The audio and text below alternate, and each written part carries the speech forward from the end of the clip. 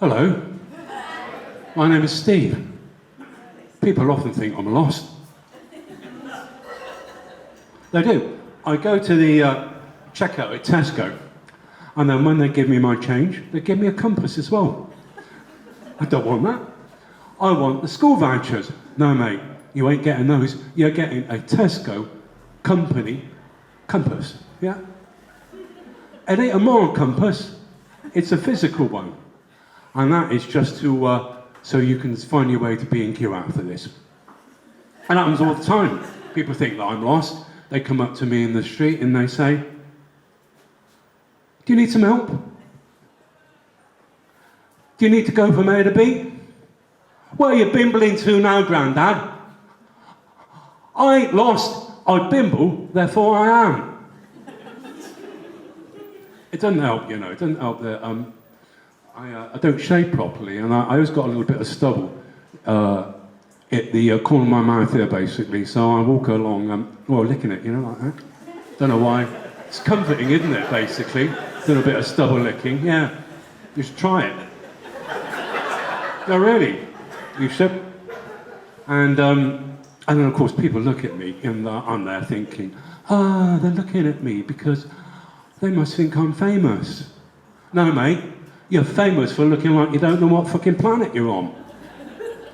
The stubble licking, it gets particularly, I'll call it feverish, voracious, feverish, when I see something that I love, something that's beautiful, yeah? Love your t-shirt? Lick my stubble, basically. It's a beautiful summer's day, and I walk to the top of a hill. It's a steep hill. And it's a lovely day, I'm going to get a beautiful view at the top. And it's all hot and I'm feeling a bit sweaty. And I get to the top and there's a tree and there's a squirrel which is jumping from branch to branch.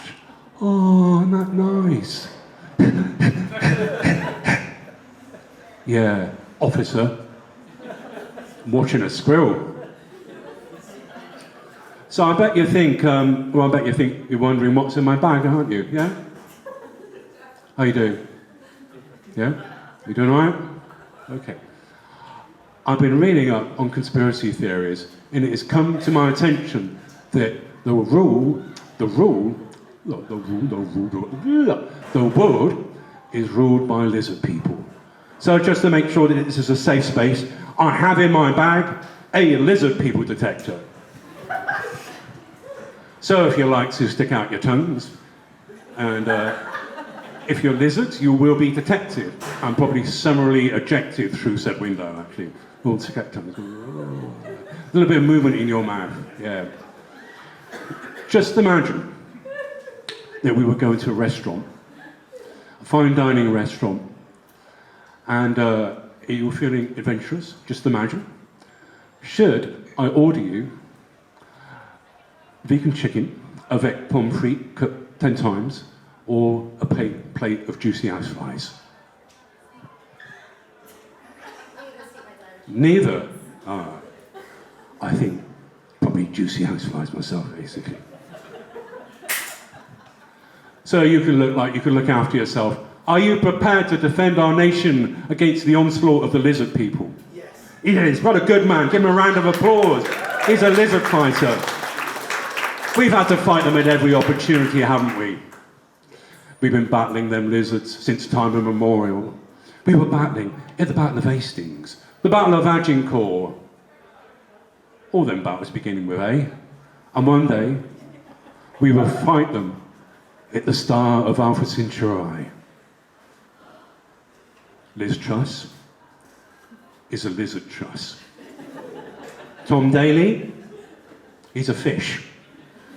We live in a world where the bears don't shit and the Pope is never Catholic.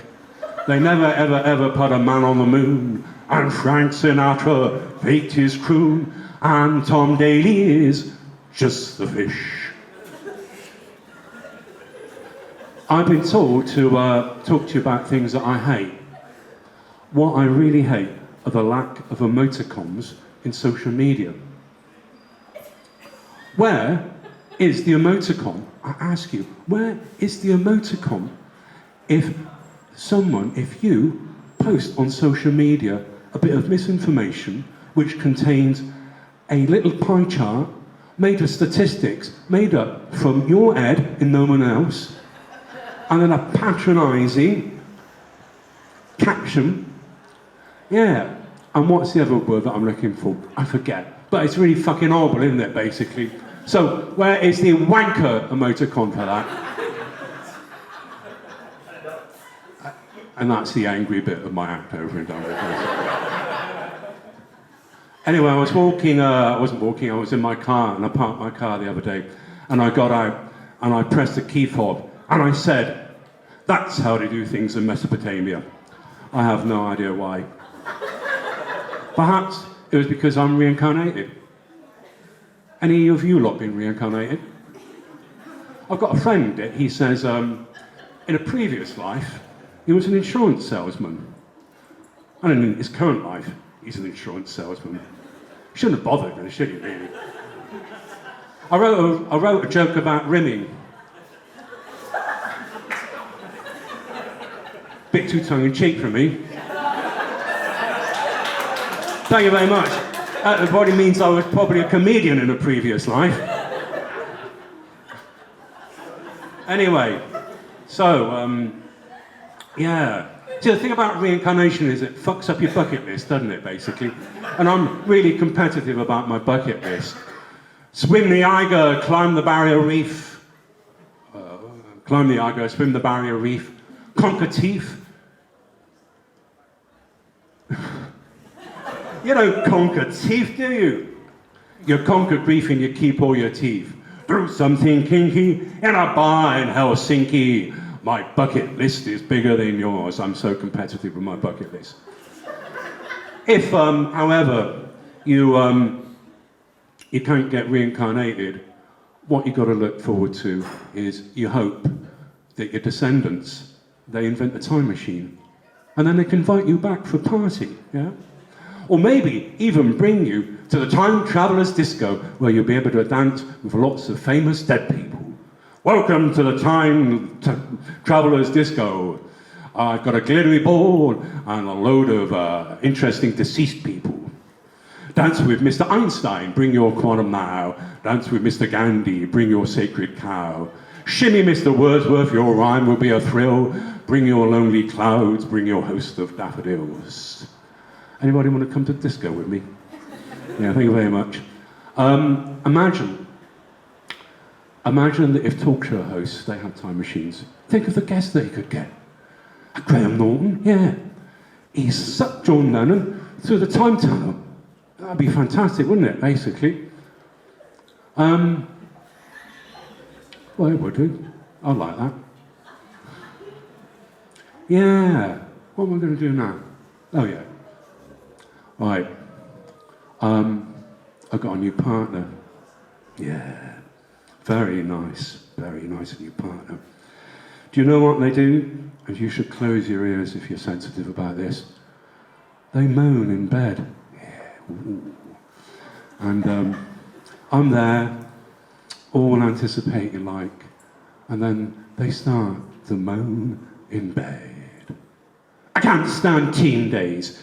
My boss is a prick. Sometimes I think you're really thick. You used to be much nicer. And then they say, and when are you going to take me out to buy me a plate of juicy houseflies? Anyway, thank you very much. You've been a wonderful audience of lizards. And my name is Steve James. Good night.